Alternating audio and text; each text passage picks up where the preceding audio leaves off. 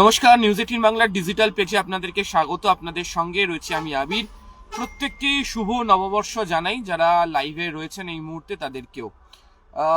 যেহেতু ভোট চলছে, তাই ভোট প্রচারের মধ্যেই বিভিন্ন ইস্যুকে কেন্দ্র করে জোরদার যে রাজনৈতিক তরজা বা যে বিভিন্ন রাজনৈতিক এজেন্ডা ইস্যু, তাকে ঘিরে বিভিন্ন জায়গাতে যে রাজনৈতিক আলোচনা তা উঠে আসছে।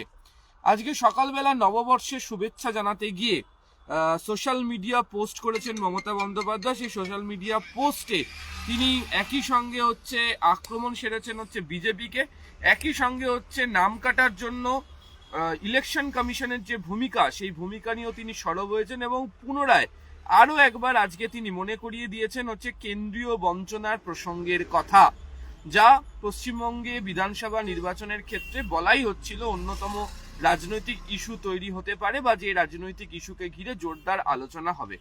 এদিনকে তিনি মনে করিয়ে দিয়েছেন তার বক্তব্যে যে কেন্দ্রীয় এজেন্সিকে দিয়ে তিনি অভিযোগ করেছেন যে বাংলার ওপর অত্যাচার এবং জুলুম করা হচ্ছে এবং এই অত্যাচারের বিরুদ্ধে বদলা নেওয়ার জন্য ভোটের লাইনে দাঁড়িয়ে ভোটাধিকার প্রয়োগ করে জয় ছিনিয়ে আনার যে বার্তা তিনি সেখান থেকে দিয়েছেন। প্রসঙ্গত প্রায় প্রত্যেক কটা জনসভা থেকেই গত কয়েকদিন ধরে তিনি তার এই যে বক্তব্য, সেই বক্তব্য তিনি তুলে ধরছেন। এদিনকে তিনি ভিডিও বার্তার শুরুতেই নববর্ষের শুভেচ্ছা জানাতে গিয়ে বাংলার ঐতিহ্য, বাংলার সংস্কৃতি, বাংলার গরিমা রক্ষা করার আবেদন করেছেন এবং তিনি উল্লেখ করেছেন যে বাংলার একটি ঐতিহ্য, গরিমা রয়েছে। এটা আমাদের বাংলার নববর্ষ। বাংলার পাশাপাশি আরও একাধিক রাজ্য নববর্ষ পালন করা হচ্ছে। বাংলা সম্প্রীতি, সংস্কৃতি, সংহতির পীঠস্থান। আসুন শান্তি এবং সম্প্রীতির সংস্কৃতি বার্তা দিয়ে আমরা নতুন ভরে নিয়ে আসি।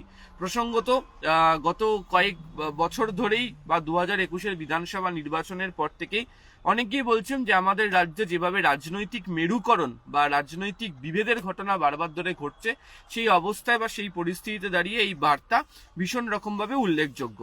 কেন্দ্রীয় বঞ্চনার কথা উল্লেখ করে মমতা বন্দ্যোপাধ্যায় বলেছেন যে এই রাজ্য সরকার প্রায় 105টা সামাজিক প্রকল্প রয়েছে। এই সামাজিক প্রকল্প গোটা রাজ্যের মানুষের জন এক একটা পরিবার পায়, কিন্তু রাজ্য সরকারের তরফ থেকে যে বকেয়া অর্থ রয়েছে তা এখনো পর্যন্ত কেন্দ্রীয় সরকার তাদেরকে দেয়নি।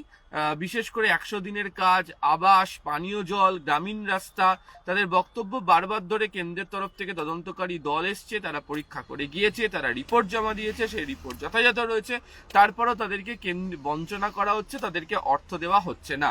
এদিনকে সেই প্রসঙ্গের কথা উল্লেখ করেন এবং তিনি বলেন যে জন্ম থেকে মৃত্যু সবাই এই প্রকল্পগুলোর সুবিধা পান, আগামী দিনে মানুষ যাতে পান সব ভালো করে সেটাই দেখানো এবং সেটাই যাতে মানুষ পান সেটা তুলে ধরাটাই তাদের মূল উদ্দেশ্যে দাঁড়াচ্ছে।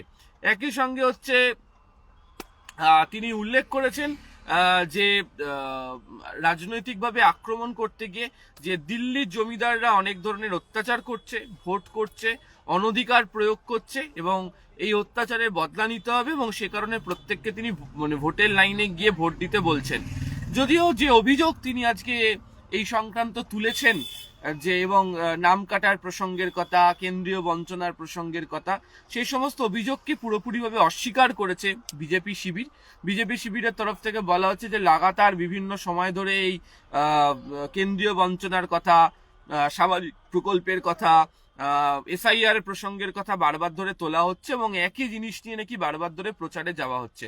তাদের বক্তব্য যে এই রাজ্যে কাজ করতে গিয়ে কেন্দ্রীয় সরকার দেখেছে যে কেন্দ্রের যে বিভিন্ন প্রকল্পগুলো রয়েছে সেই প্রকল্পের নাম রাজ্যের নামে চালিয়ে দেওয়া হয়েছে। তাদের অভিযোগ, বিজেপির তরফ থেকে পাল্টা অভিযোগ করে বলা হচ্ছে যে কেন্দ্রের যে বিভিন্ন প্রকল্পগুলোর ক্ষেত্রে যে অর্থ পর্যাপ্ত পাওয়ার কথা, রাজ্যকে কেন্দ্র সেই অর্থ পর্যাপ্তই দিয়েছে, কিন্তু যে ধরনের দুর্নীতির ঘটনা ঘটেছিল তার জেরেই অর্থ কেন্দ্রীয় সরকারের তরফ থেকে দেওয়া বন্ধ করা হয়েছে।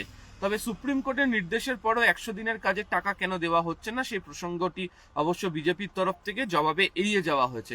একই সঙ্গে এসআইআর প্রসঙ্গ নিয়ে বিজেপির বক্তব্য যে একমাত্র এই রাজ্যেই এসআইআর এর কাজ করতে গিয়ে সমস্যা হয়েছে, বাকি দেশের বিভিন্ন রাজ্যে এসআইআর এর কাজ হয়েছে, কোথাও এই ধরনের কোনো সমস্যা তৈরি হয়নি এবং গোটা ঘটনার ক্ষেত্রে নির্বাচন কেন্দ্রিক একটা পরিস্থিতিতে এসআইআর কেন্দ্র করে রাজনৈতিকভাবে আলোচনা চালানো হচ্ছে, সেই কারণে এই অভিযোগ বারবার ধরে রাখা হচ্ছে।